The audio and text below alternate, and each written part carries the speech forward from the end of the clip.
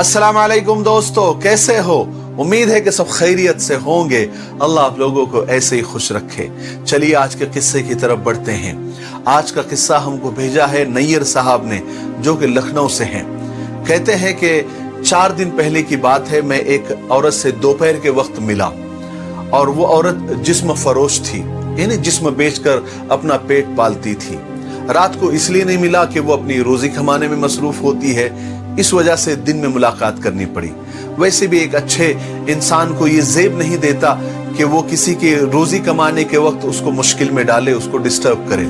बहरहाल उस औरत ने बहुत इज्जत के साथ मुझे ड्राइंग रूम में बिठाया, क्योंकि मैं पहले से उसे जानता था। खातिर व मदारत की, चाय पानी की।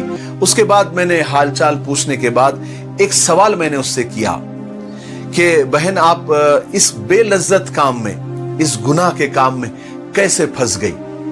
तो एक लम्हे के लिए उसके चेहरे पे उदासी छा गई और फिर मुस्कुराकर बोली, इश्क हो गया था। मोहब्बत में अंधी होकर घर से भाग निकली थी। कुछ दिन महबूब ने 4 दीवारी में मेरी चादर उतार कर दिलो जान से मोहब्बत की। उसके बाद न सर ढांपने को चादर रही और न तन ढांकने के लिए 4 दीवारी रही। जब वापसी का सफर सोचा तो ख्याल आया कि भागने का फैसला तो मेरा ही था ना। अब घर गई तो जो माँ बाप की थोड़ी बहुत इज्जत बची थी वो भी लोग तार तार कर देंगे। रहने को एक ठिकाना मिला जहां मुझ जैसी लड़कियां रहती थी और बस फिर जिस्म ही रोजी रोटी का जरिया बन गया। मैंने उससे सवाल किया कि वालिदैन तो माफ कर देते हैं, माँ बाप का दिल नरम होता है, एक बार चली जाती, जाकर देख लेती, वो माफ कर देते। वो मुस्कुराकर बोली, माफ तो अल्लाह भी कर देते हैं, लेकिन लोग माफ नहीं करते। ये माशरा, ये समाज माफ नहीं करता। एक बार औरत का अगर मुंह काला हो जाए तो ये दुनिया वाले उसे फिर से इज्जत से जीने का मौका नहीं देते।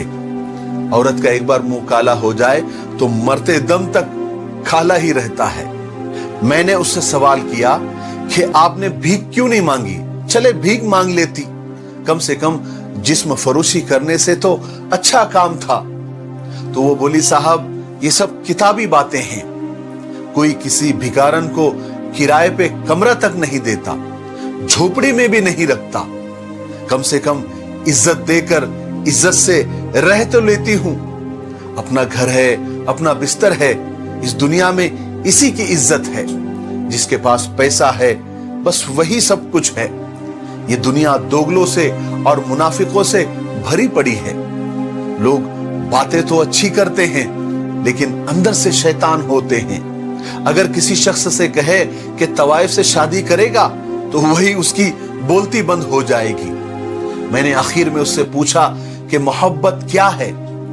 तो कुछ लम्हे खामोश रहने के बाद बोली कि भाई, मोहब्बत भी एक धंधा है। मर्द अपने पैसे, अपनी रकम इन्वेस्ट करता है, फिर महबूबा के जिस्म से खेलकर सूद समेत वापस लेता है।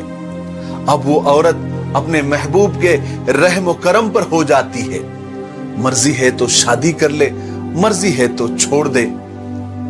जो लोग सच में मोहब्बत करते हैं वो निकाह का रास्ता इख्तियार करते हैं।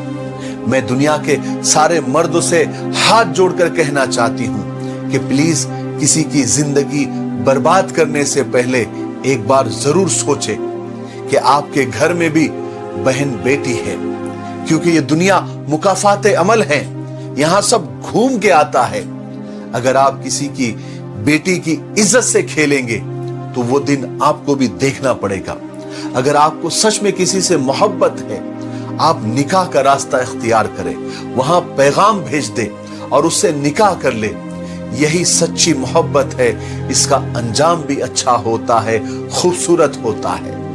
यह आजकल की मोहब्बत कि सारी रात फोन पर बातें, पहले तजस्सुस की इंतहा, फिर माँ बाप इग्नोर, फिर मुलाकातें, फिर लड़ाई, फिर झगड़ा किया, फिर ब्रेकअप, फिर मेकअप, पहले जीने मरने की कस्में खाना, फिर आखिर में एक दूसरे को बुरा कहकर, कैरेक्टर लेस कहकर, गालियां देकर रास्ते अलग कर लेना।